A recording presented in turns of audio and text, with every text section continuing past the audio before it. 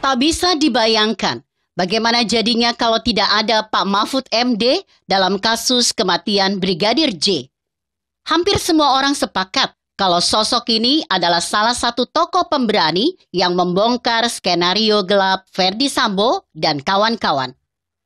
Oleh Pak Mahfud, intrik jahat yang dimainkan dalam ruang gelap akhirnya menjadi terang benderang. Pak Mahfud sebagai Menko Polhukam juga aktif memberikan komentar dan pandangan yang ia susun berdasarkan fakta. Ia bahkan berani memberikan pandangan mendahului pernyataan resmi pihak kepolisian mulai dari penetapan tersangka, kronologi kejadian, motif, dan terakhir yang paling heboh menyebut akan ada jenderal yang mengundurkan diri dalam kasus Sambo versus Brigadir J. Posisinya sebagai Menteri Koordinator Politik, Hukum, dan HAM memang sangat memungkinkan. Ia punya kuasa untuk mengakses informasi bahkan yang belum terungkap ke publik. Itulah sebabnya hampir semua pernyataan Pak Mahfud kemudian terbukti benar. Semua pernyataannya terbukti mampu mengarahkan, sekali lagi, mengarahkan perjalanan kasus ini mencapai titik terang. Lantas, mengapa Pak Mahfud aktif berkomentar, bahkan mendahului rilis resmi kepolisian? Apa maksudnya? Tentu masih ingat di benak kita, bagaimana DPR mengkritik Mahfud MD terkait komentar-komentarnya di berbagai platform media. Ketua Komisi 3 DPR, Bambang Pacul, menyebutnya sebagai menteri komentator. Pernyataan anggota DPR dari PDIP ini merupakan reaksi atas kritik Mahfud yang menyebut DPR sepertinya diam dalam kasus kematian Brigadir J. Pak Mahfud memang seorang komentator, namun apakah Mahfud salah menjalankan peran? Tentu tidak.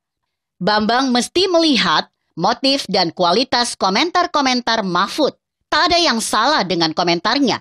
Apalagi hampir semua komentar itu terbukti benar. Komentar Mahfud juga sangat terukur. Ia memberi komentar hanya dalam tupoksinya sebagai Menteri Koordinator. Ia tidak mengintervensi dan menyentuh aspek pro justitia yang menjadi kewenangan penyidik. Satu hal yang menarik bahwa Mahfud memilih jalan yang berbeda untuk mengungkap kebenaran. Ia sangat paham bahwa kasus ini mendapat perhatian serius dari masyarakat. Ada banyak fakta yang mestinya terungkap, namun sayangnya fakta-fakta itu terhalang oleh tembok besar hingga tertutup dalam kamar gelap. Maka satu-satunya jalan adalah membuka jendela selebar-lebarnya agar cahaya bisa masuk menerangi kegelapan. Lantas, apa manfaat membuka jendela? Pertama, dengan membuka kasus ini ke publik, Pak Mahfud berhasil mengumpulkan energi yang mampu mendobrak tembok besar di depan mata. Energi itu adalah dukungan masyarakat, khususnya netizen setanah air. Ia sadar bahwa kekuatan Sambo CS bukan kaleng-kaleng. Jaringan Sambo ada di mana-mana. Bahkan susah menentukan mana teman dan lawan perjuangan. Dengan demikian, Mahfud sadar bahwa polisi tak mungkin secara cepat membersihkan dirinya sendiri. Padahal, di saat yang sama, lembaga hukum ini sedang berpacu dengan waktu untuk mengembalikan kepercayaan publik. Bagi Mahfud, hanya mengharapkan tim khusus itu tak cukup. Tim khusus Polri harus didukung oleh gelombang dukungan rakyat. Karena itu, jalan satu-satunya adalah membuka jendela agar semua mata menyaksikan kebenaran. Nah, dengan disaksikan dan dikontrol oleh semua orang, maka sekecil apapun usaha untuk membelokkan kasus ini akan terlihat. Anggota tim khusus juga merasa nyaman bekerja membongkar kasus ini karena didukung rakyat Indonesia. Kedua, dengan membuka kasus ini ke publik, Pak Mahfud sendiri akan merasa aman karena ia tidak sendirian menyaksikan kebenaran. Kalau Anda seorang diri menjadi menyaksikan kejahatan di tengah lingkungan yang dihuni para penjahat, maka kemungkinannya cuma dua. Anda ikut mendiamkan kejahatan atau dilenyapkan. Bisa jadi Pak Mahfud belajar dari kematian Brigadir J.